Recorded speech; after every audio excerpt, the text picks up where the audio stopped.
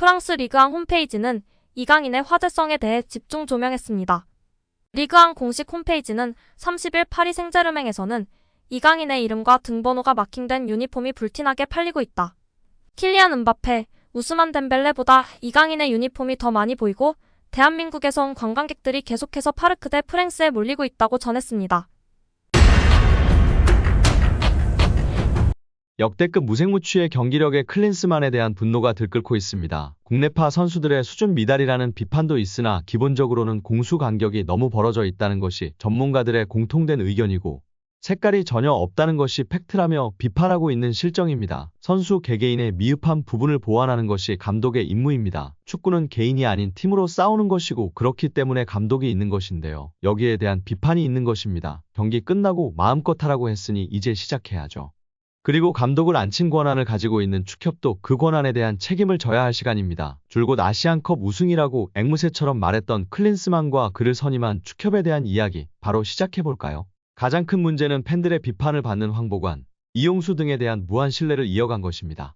또한 예산을 확충하는 데 눈이 멀어 국내 평가전만 고집하였고 기술위에 개입하지 않는 건 좋았으나 기술위원장 선임을 예스맨으로 채움으로써 겉만 멀쩡한 시스템을 만드는 데 결정적 역할을 했습니다.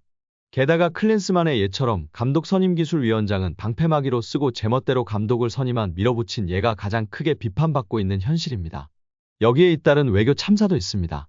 피파 평의원 선거에서 2019년에 이어 2023년에도 낙선했으며 2023년 아시안컵 유치 과정에서 카타르의 체계적인 유치 노력과 너무나도 대비되는 유치 과정으로 인해 크게 비판받았습니다. 카타르와의 대결에서 결과는 19대 0으로 완패였습니다. 축구 인프라, 기업 후원, 외교적 영향력, 홍보 전략 등 모든 면에서 다 졌습니다. 차라리 유치에 뛰어들지나 않았으면 나았을 것이라는 평가입니다.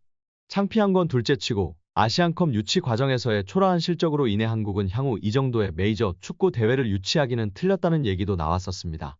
최근 들어서는 어이없는 행정으로 연일 비판받고 있습니다. 안정환의 P급 지도자 자격증 획득에 편의를 봐줬던 사건이나 클린스만 선임 과정에서 대놓고 밀러를 총알바디로 세웠던 사건, 그리고 승부조작 사면건까지. 이제 정몽규 체제는 끝을 향해 가고 있다는 신호가 여기저기서 터져나오고 있습니다. 무엇보다도 2023년 3월 사면 사건이 가장 큰 불미스러운 일이었습니다. 이 사건 때에도 회장식 사퇴론이 있었으나 결국 사비를 엄청나게 내며 재정적 도움을 주고 있는 정몽규 회장을 붙잡는 축협 인사들로 인해 무산된 것으로 알려졌습니다. 이제는 정말 회장직에서 내려와야 할 때가 아닌가 싶습니다. 그동안 고생 많으셨습니다. 멀리 못 나갑니다.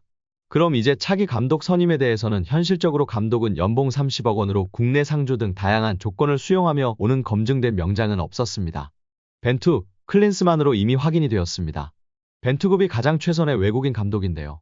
다시금 외국인 감독으로 하거나 아니면 국내 지도자로 전술적 색채가 강한 국내 지도자로 선임해야 되지 않나 싶습니다. 많은 팬들은 성과를 냈던 박항서 감독을 거론하기도 하고 신태용, 김판곤 감독을 거론하기도 합니다. K리그에서 가장 전술적으로 핫한 감독은 광주의 돌풍을 이끌었던 이정효 감독이 있습니다. 과연 차기 감독은 누구로 해야 할까요? 경기 후 기자회견에서 클린스만은 사퇴하지 않는 입장을 고수했죠. 당연하죠. 위약금 받아야 하는데 사퇴한다고 이야기하면 안 되겠죠. 마무리도 참 멋없게 하는 클린스만입니다. 축협에서 경질 발표하고 위약금 쥐어주며 집에 보내야 합니다. 우리 구독자 여러분들은 어떻게 보셨나요? 우리 구독자 여러분들의 생각을 댓글로 알려주세요. 프랑스 리그앙 홈페이지는 이강인의 화제성에 대해 집중 조명했습니다. 리그앙 공식 홈페이지는 30일 파리 생제르맹에서는 이강인의 이름과 등번호가 마킹된 유니폼이 불티나게 팔리고 있다. 킬리안 은바페, 우스만 덴벨레보다 이강인의 유니폼이 더 많이 보이고 대한민국에서 온 관광객들이 계속해서 파르크 대 프랭스에 몰리고 있다고 전했습니다. 이어 리그앙은 파리는 이강인에게 미쳤다. 그는 올여름 마요르카를 떠나 PSG에 합류했고 은바페보다 더 많은 유니폼을 팔았다. 유럽 사람들은 아직 깨닫지 못하고 있지만 PSG는 슈퍼스타가 됐다. 이강인은 그 어느 때보다 이 팀을 매력적인 팀으로 만들어놨다고 언급했습니다. 또한 리그앙 홈페이지는 현재 한국에서 모델, 방송인으로 활동하고 있는 파비앙의 인터뷰를 공개했다. 파비앙은 이강인이 어린 시절 나라라 슛돌이에 출연했던 사실을 말하며 모든 사람들이 이강인은 한국 축구의 미래 스타다.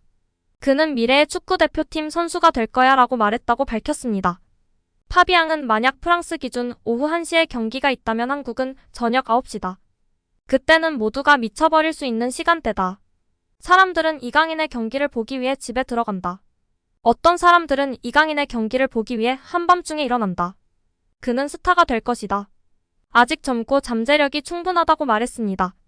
이강인은 파리 생제르맹에 완전히 녹아들며 적응해 나가고 있는데요. 지난 리그 1호 어시스트를 달성했을 때 PSG 구단은 당시 공식 채널에 이강인의 어시스트 장면을 게시하며 이강인의 마법 같은 패스라고 언급하기도 했습니다. PSG 소식통인 미디어 파리지앵 역시 이강인은 킬리안 음바페의 어시스트를 담당하고 있다. 그의 우아함과 기술은 PSG의 플레이메이킹에 엄청난 도움이 되고 있다. 이강인의 복귀는 매우 좋은 일이라고 칭찬했습니다. 엘리케 감독은 이강인 선수를 향해 이강인은 피지컬이 큰 선수는 아니지만 전방, 후방, 중앙, 측면 어디서든 뛸 수 있다. 또한 수비에도 능하고 득점력까지 갖추고 있다. 완벽한 선수다. 우리 팀 입장에서 중요한 영입이었다. 우리 모두 그의 잠재력을 알고 있었다고 엄지를 치켜 세웠었습니다. 또한 PSG 소식통인 PSG 토크는 지난 10월 말 최근 몇 년 동안 메시, 네이마르, 질라탄 이브라이모비치 등 스타 플레이어들이 PSG는 유니폼 판매량을 주도했다. 올 시즌은 다르다. 많은 스타급 선수들이 떠났고 이제 음바페만 남았다. 당연히 그의 유니폼 판매량이 압도적일 것이라고 생각한다고 전했습니다. 하지만 PSG 토크는 사실은 그렇지 않다. 음바페는 현재 온라인, 오프라인 매장 전체 1위를 차지하고 있다. 2위는 이강인이다. 하지만 온라인 스토어만 놓고 볼 때는 이강인의 유니폼 판매량이 가장 많다. 음바페는 2위다. 이강인이 확실하게 주전을 꿰찬다면 수익은 더 늘어날 것이라고 조명했습니다.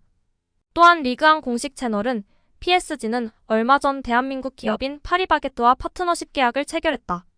그리고 올여름에는 일본과 한국 투어를 진행했고 최근 이강인의 유니폼은 불티나게 팔리고 있다고 긍정적인 요소를 알렸습니다.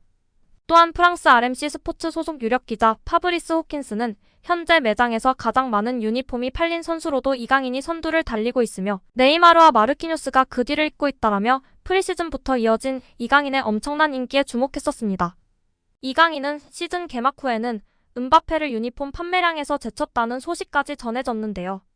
일부 매체들은 이강인의 PSG 합류가 아직 반 시즌도 지나지 않은 시점이지만 확실한 히트작이라고 평가를 남겼습니다. 또한 리그앙은 PSG는 이강인의 존재로 혜택을 누리고 있다. 루이스 엔리케 감독에게 유용한 선수일 뿐만 아니라 그는 PSG가 아시아에서 그 어느 때보다 인기를 끌 수 있도록 돕고 있다. 22세인 그는 아직 갈 길이 멀지만 그는 아시아의 새로운 스타가 되어 한국 대표팀 스타 손흥민의 뒤를 이을 모든 것을 갖추고 있다라고 차세대 아시아 대표 스타라는 평가까지도 남겼습니다. 오늘 영상은 여기까지입니다. 끝까지 시청해주셔서 감사합니다. 늘 건강하시고 더 좋은 영상으로 찾아뵙겠습니다. 구독과 좋아요도 잊지 마시고 부탁드립니다. 감사합니다.